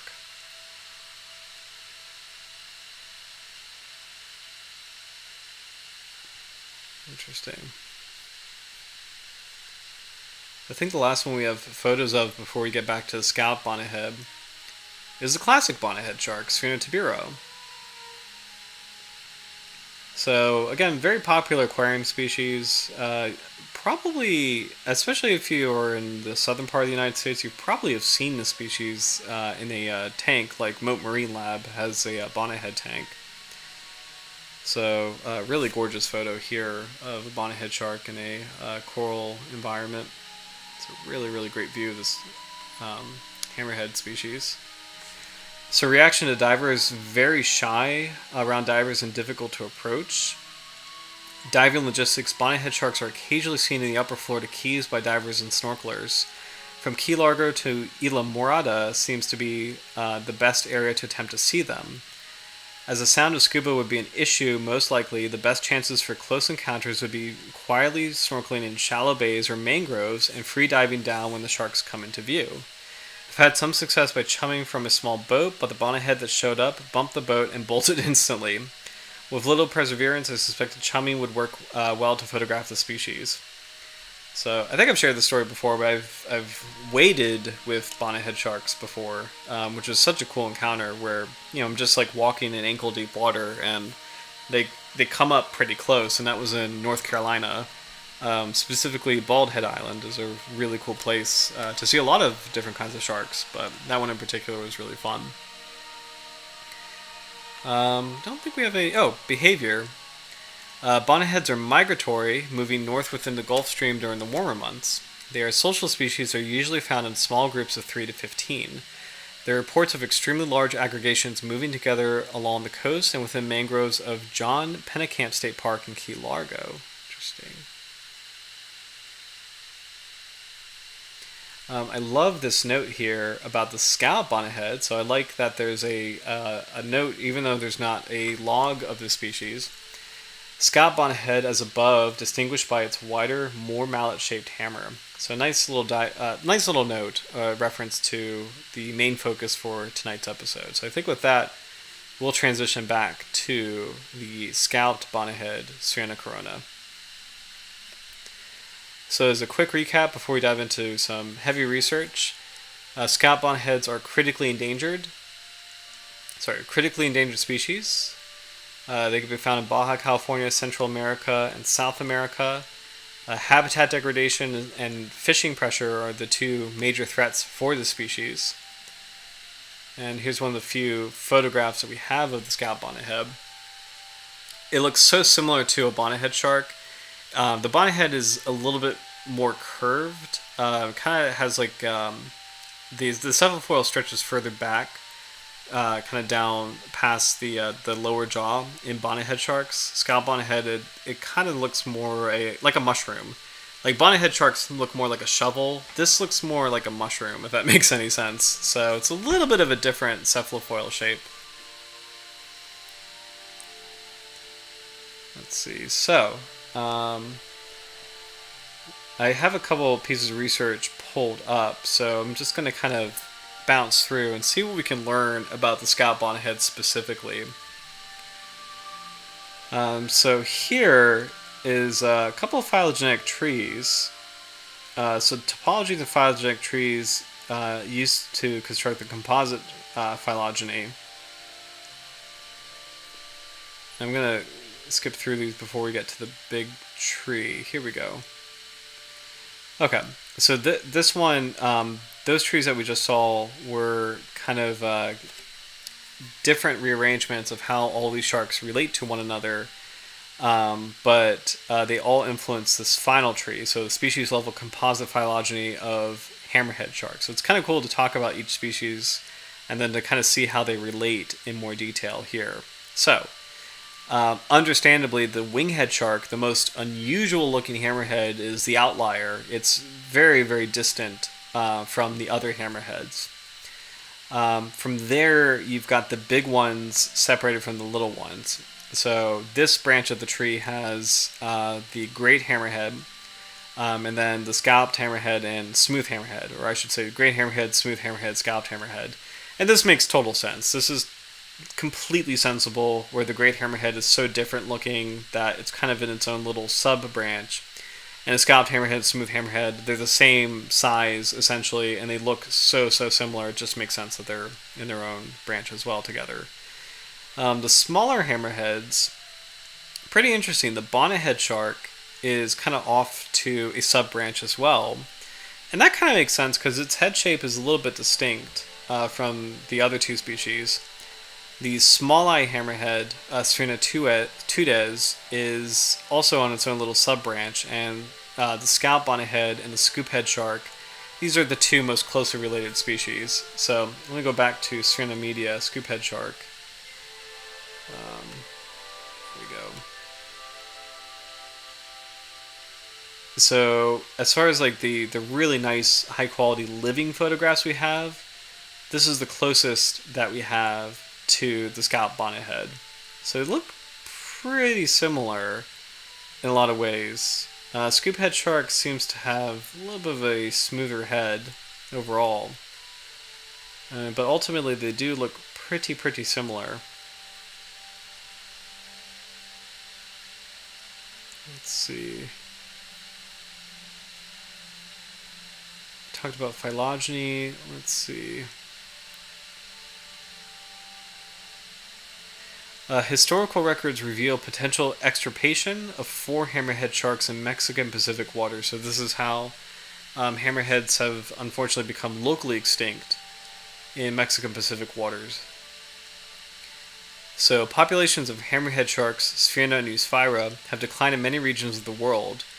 6 of the 8 hammerheads known today are distributed in Mexican Pacific. Sphyrna corona, the scalloped bonnethead; Sphyrna lewini, the scalloped hammerhead; Sphyrna media, the scoophead shark; Sphyrna macaron, the great hammerhead; Sphyrna tibera, the bonnethead shark; and Sphyrna zygina, the smooth hammerhead.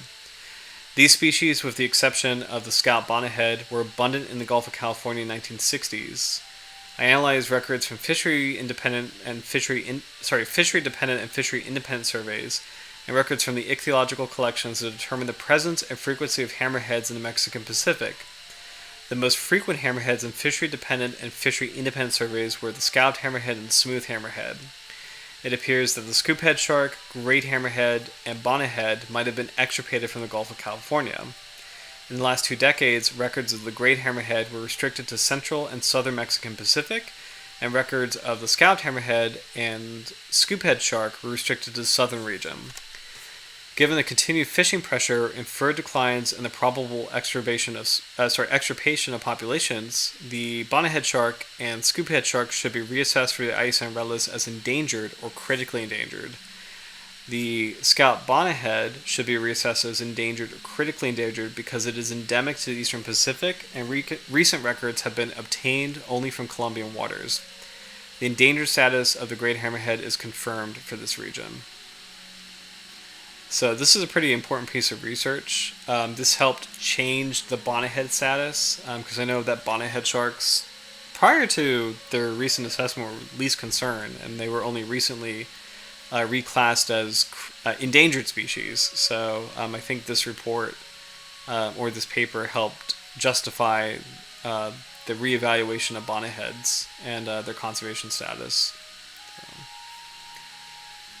let's see what else that we have. See if we can get more records of the scalloped bonnethead shark. Again, pretty relatively unknown species that deserves a lot more research.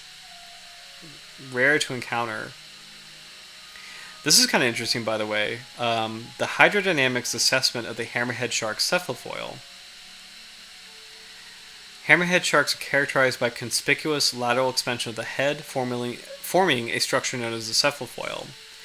Two theories regarding the function of the structure suggest that it may increase maneuverability as well as produce dynamic lift similar to a cambered airplane wing. Here we report on a family-wide computational fluid dynamics analysis of all 8 hammerhead shark species and 3 sharks with a typical head shape. Model casts of the heads of fresh and museum specimens of hammerhead and typical sharks were used to produce pressure surface maps and lift and drag polar diagrams at various angles of attack. These analyses suggested that the cephalofoil 1 provides greater maneuverability that may be important in prey capture efficacy.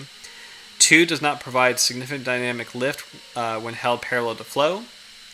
3 is characterized by greater drag than typical sharks across all attack angles. And 4 was found to result in a 10 times increase in energetic cost over typical shark head morphologies. Let's see. So this is pretty interesting, talking about like the actual hammerhead on hammerhead sharks. So I'm going to breeze through some of the paper because I do think it's pretty fascinating.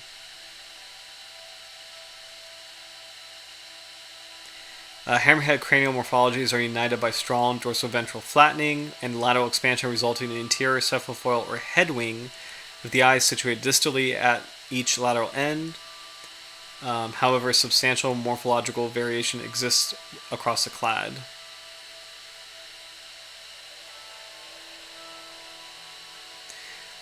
This is actually really cool. The structure has been hypothesized to provide sensory advantages by increasing olfactory, visual, and/or electrosensory abilities.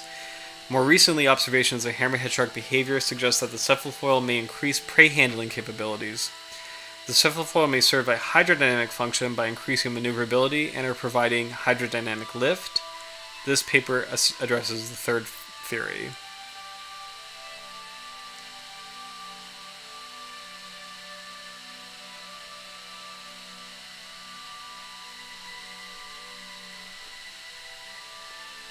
See if we might have some notes on, we actually do have some notes on the scalloped bonnethead here. So it looks like the scalloped bonnethead was in this study. For one species, scalloped bonnethead, a mesh refinement study was conducted to assess the adequacy of mesh resolution. Interesting. 3 separate levels were generated, referred to as coarse, medium, and fine, and with each successful level of mesh refinement, model point spacings were reduced by a factor of 2, thus increasing spatial resolution of the surface mesh. This is actually really cool. And it's actually really cool. It looks like they compared everything to a bull shark and a lemon shark. Interesting.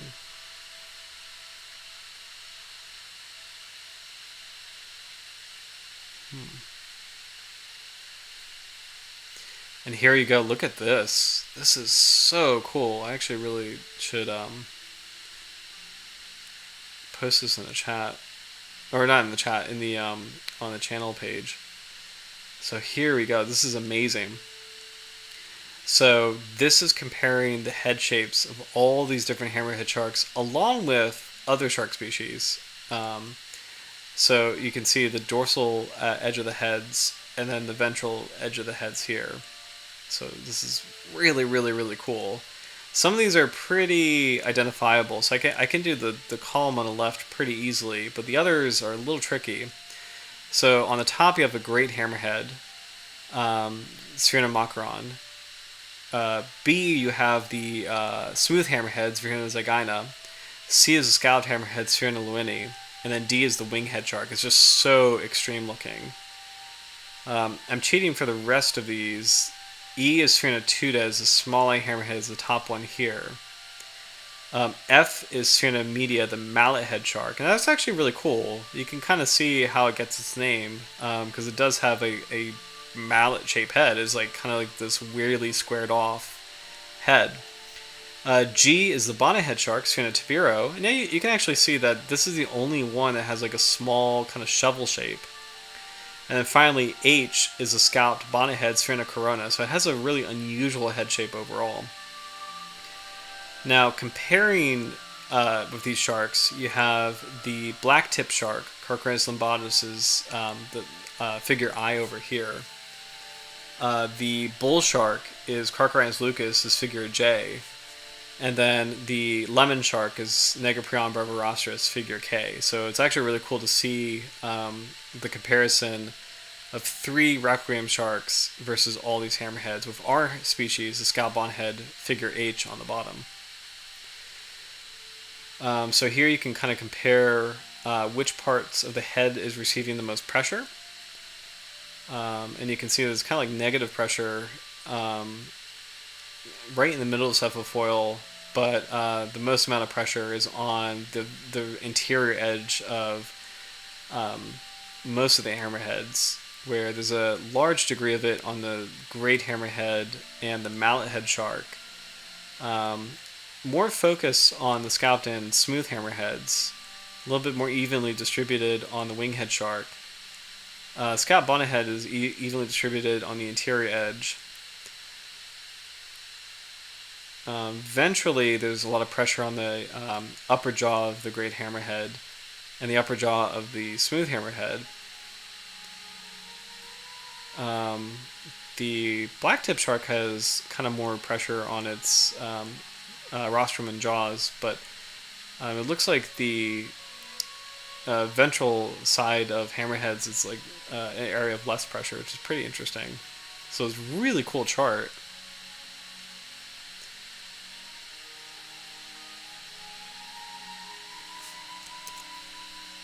Let's see what else we have.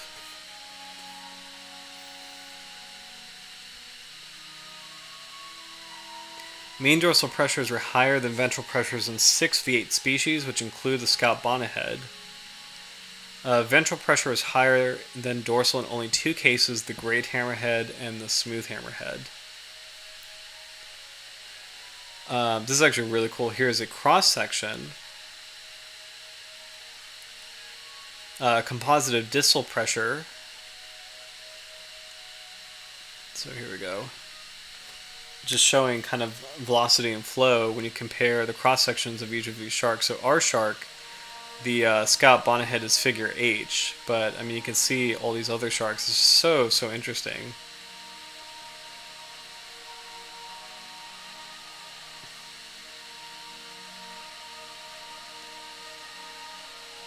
Oh, actually, I'm sorry. The scalloped bonnethead is figure E. So scalloped bonnethead is this one right here. The requiem sharks are figures A, B, and C, and then all the hammerheads are the other ones. And you can kind of see that the hammerheads actually generate a lot more velocity. If they swim at an upward angle, they have a very different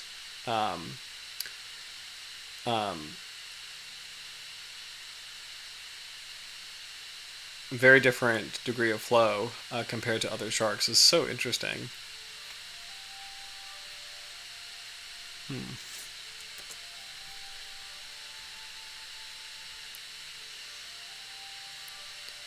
Let's see.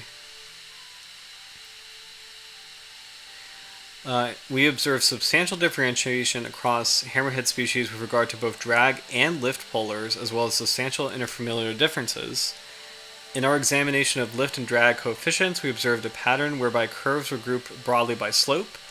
These groups correspond with sharks featuring discretely different head morphologies. So 1 being the Carcharodontids, 2 being hammerheads with small cephalofoils, that is the bonnethead, the small eye hammerhead, the scoophead shark, and the scalloped bonnethead. You have hammerheads with intermediate cephalofoils, which are the great hammerhead, smooth hammerhead, and scalloped hammerhead, and then a large cephalofoil is the scoophead shark. The winghead shark. This is so interesting. Cross-species slope tended to decrease with decreasing aspect ratio of the head. The above groupings precisely mirror phylogenetic groupings as determined by morphological, isozyme, and mitochondrial sequence DNA. So cool.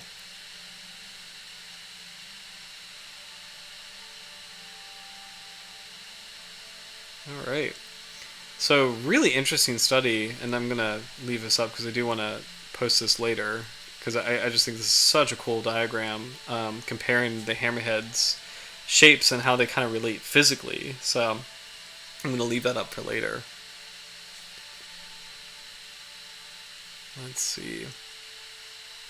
Gonna find some more notes on the scalloped bonnethead. I actually like this. So this is a species checklist which includes it, and it's given a different name, the crown shark. I actually kind of like that name for the species, crown shark.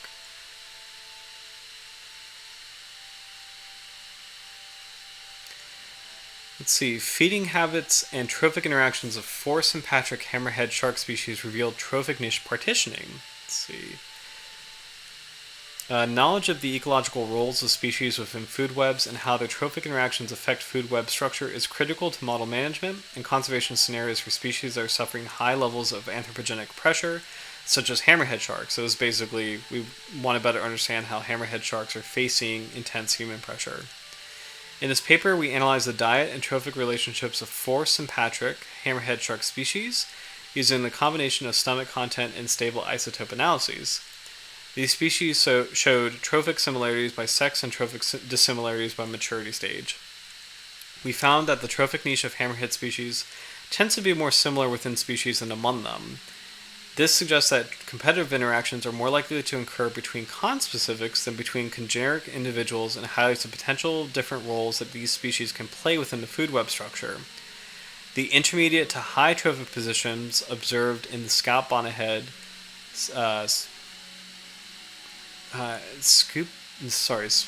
Sphyrna media. I have to double check which one that is because the smaller ones are, scoophead shark, right? Yeah, scoophead shark is Sphyrna media. So sorry, scalloped bonnethead, scoophead shark, bonnethead shark, and scalloped hammerhead juveniles indicate mesopredator roles, while subadult scalloped hammerheads could be considered top predators.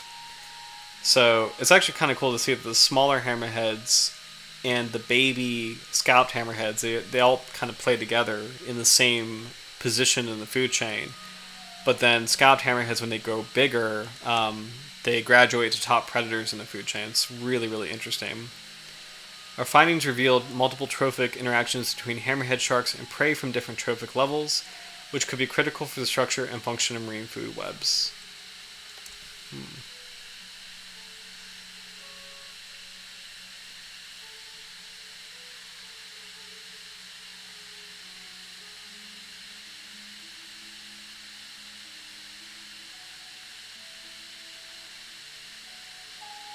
Okay, this is interesting. Another note on our species. So high residency of a critically endangered hammerhead shark to a small area. Implications for marine protected area management design. So this is actually a really critical study for protecting tonight's species. Whoa. Hammerhead sharks are among the most iconic and threatened shark species. Research has focused on the large hammerhead species, with relatively little work conducted on their smaller-bodied relatives, which face many of the same threats. And that's a really good point, by the way, because the large hammerheads are critically endangered, and so are the smaller hammerheads. There's like 2 large hammerheads are critically endangered, but 4 small hammerheads are critically endangered, and most of them are not as well known. So, one such species, the scalloped bonnethead, Sphyrna corona, is assessed as critically endangered. However, there is no knowledge about its movements, which can compromise management and conservation efforts. Here we use acoustic telemetry to describe the spatiotemporal movements of scalloped bonnetheads inside a national park's marine protected area along the Colombian Pacific coast, where the species still occurs in high numbers. The movements of 25 adult sharks were monitored over a 1.4 square kilometer area for up to 10 months between 2022 and 2023. Scalloped bonnetheads exhibited high residency to the area, with most sharks present during the majority of their monitoring period. Shark movements were influenced by tides and deal period, and the space sharks used was generally small, with most of their movements detected by two receivers separated by less than 2 kilometers. These results indicate that scalloped bonnetheads spend a large amount of time in a small area, suggesting that even a spatially limited no-take zone in a national natural park is likely to benefit the conservation of the species. This study provides the first insights into movement and behavior of the scalloped bonnethead, with important information for its protection and management. So that is really, really fantastic, demonstrating that marine protected areas really, truly do help certain species, and that even a small amount of area designated to the scalloped bonnethead will greatly benefit its conservation, because again, it is critically endangered. It is one of the most sensitive hammerheads in the world. So it's really cool to see a study. This is by Maria Herrera, Diego Cardenosa, Yanis Papastamatillo, Jeremy Valdo, Christian Bermudez Rivas, and Mahamud Shivji. This is an amazing study that just demonstrates that marine protected areas can go a really, really long way in protecting the species, and it's just so cool to see that a highly localized species like these small scalloped bonnetheads really would benefit from protection. So that's really amazing. That's actually one of the clearest examples of the benefits of a marine protected area in a study. Let's see. This might be the last paper that we'll read tonight because there's a lot of mentions of scalloped bonnethead here. So this is called Ghosts of the Current: Environmental DNA Assays to Detect Conservation Priority Areas for 3 Critically Endangered Hammerhead Sharks. So we've talked about environmental DNA, or eDNA, on the channel before, but this is a brand new field that is really exciting, where you could basically detect little traces of DNA in the environment of sharks, or really any animal, but it's a way to detect sharks without directly observing them, and it's a very useful tool to kind of help determine which areas are used by sharks, whether or not we encounter them, because you can imagine that a lot of sharks are actually afraid of people, or kind of bothered by people scuba diving or boat noise, so they stay away. Sometimes we set up video cameras to like baited remote underwater video surveys to monitor sharks, but eDNA is also a way to kind of detect if a shark's in an area, and this is a really exciting field. And it looks like Diego Cardenosa is the same author as that really important paper that we just read on scalloped bonnetheads. So we'll read the entire abstract, and then we'll just kind of look at notes for the scalloped bonnethead, and then I think we'll probably wrap up for the evening. But small-bodied hammerhead sharks, Sphyrna corona, the scalloped bonnethead, Sphyrna media, the scoophead shark, and Sphyrna vespertina. This is a brand new species. That one I've never seen before, so this must be like still in debate whether or not this is a species. That one I've never ever heard of before. But these are among the most threatened and understudied elasmobranchs, yet little is known about their distribution or current status. Here I developed a validated species-specific environmental DNA, or eDNA, assays to enable rapid, non-invasive detection of these species in remote and turbid coastal environments. Assays targeting mitochondrial NADH2 and control region sequences were tested in vitro for specificity, sensitivity, and quantitative performance. All assays showed high specificity with no cross-amplification of non-target species, and strong linearity with efficiencies between 0.848 and 0.908. In situ validation within Aramba, Bahia Malaga National Natural Park in Colombia confirmed the presence of all 3 species. The scalloped bonnethead was the most frequently detected species, aligning with acoustic telemetry, fishery-independent surveys, and local ecological knowledge, which is great. It's great to see that this shark is frequently being detected. I love that. Detections of the scoophead shark and Sphyrna vespertina were less frequent but consistent with known species ranges and habitat use. These findings underscore the park's significance as a conservation hotspot for small hammerheads and demonstrate the utility of eDNA for monitoring rare sharks. This study provides a scalable molecular toolkit for detecting data-deficient elazabranchs and supports evidence-based conservation planning in coastal regions threatened by overfishing and habitat degradation. Alright, so I'm excited to dive in to notes about our hammerhead. So let's see. More notes about how the three big ones, the scalloped, the great, and the smooth hammerhead, have increasing research attention and protection, and that the smaller ones aren't really well studied. This is the scalloped bonnethead, scoophead shark, and bonnethead shark. The Pacific bonnethead shark, this is Sphyrna vespertina, so this is a brand new species. The shovelhead shark, Sphyrna alleni, and the golden hammerhead, Sphyrna tudes. These smaller Sphyrna species are endemic to the Atlantic and eastern Pacific coasts of North, Central, and South America, yet little is known about their ecology, distribution, or current conservation status. Small body size is itself ecologically relevant. These species tend to be restricted to shallow coastal habitats where exposure to fisheries is high, and their limited reproductive output makes them especially vulnerable.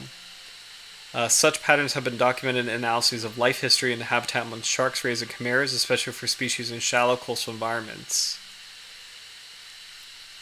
It looks like the scalloped bonnethead and scoophead shark are critically endangered. The bonnethead is endangered.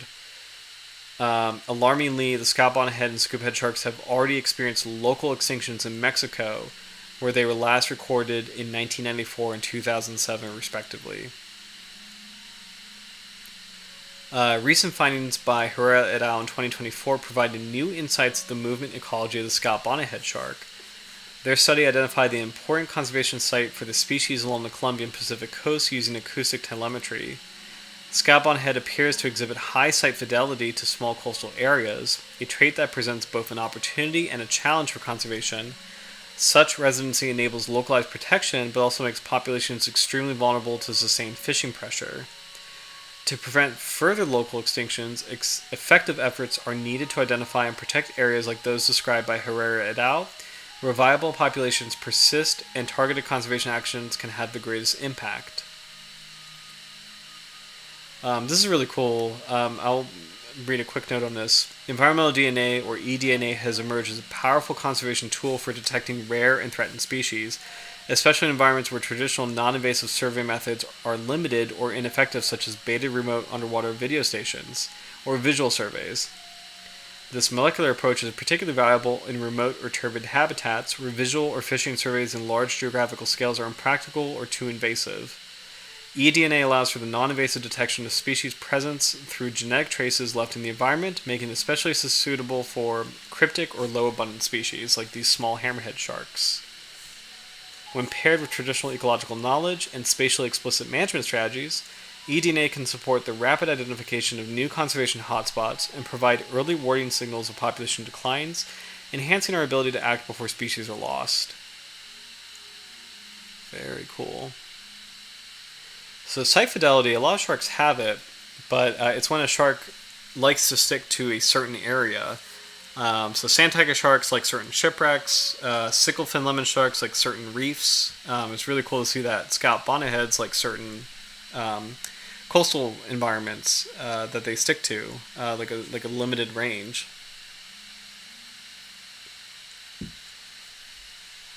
Let's see. So this is more notes, kind of genetic notes, and kind of how the study was executed. So I'll just kind of skip that. Although it looks like the scalloped bonnethead was the most frequently detected shark. Let's see.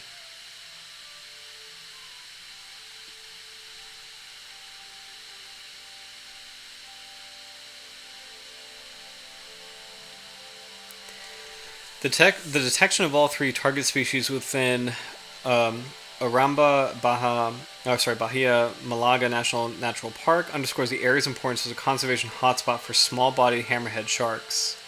The Sphyrna corona was the most frequently detected species, found in 4 of 5 sampling sites and in 7 of 8 technical replicates at filter 4.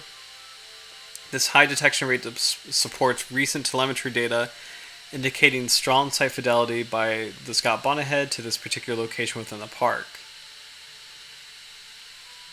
The presence of Scalloped Bonnethead within the boundaries of the national park, despite its apparent extirpation from parts of its former range, further highlights the urgency of prioritizing this area for targeted conservation efforts.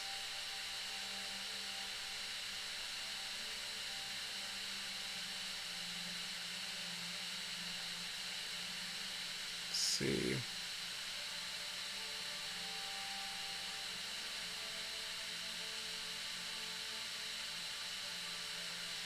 The detection patterns observed here were consistent with fishery independent surveys and mirrored local ecological knowledge from fishing communities who perceive the Scalloped Bonnethead as more common than the scoophead shark or the Pacific bonnethead.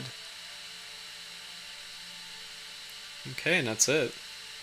So really, really incredible study. I don't think I've ever seen a marine protected area quite as on the nose as this park for the Scalloped Bonnethead. So really, really wild. Let's see, I wanted to see if there's any other photos. I don't think we do have any for the species, so this is unfortunately the only one that we have for this rare small hammerhead shark. But it's highly encouraging to know that there is a park in the world. And actually, let's see if we can find it. I wonder if there's a website for this. Let's see. It was this study, so let's see.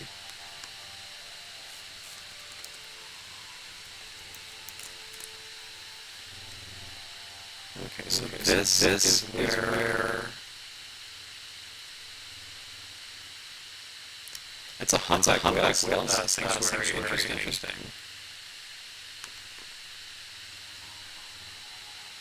So I can click on Columbia Travel.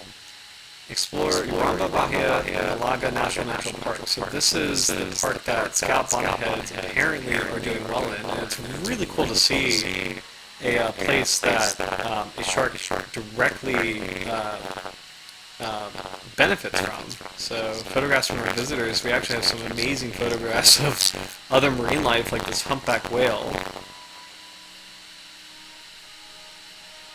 And I wonder if I can get more photos. I'll just click on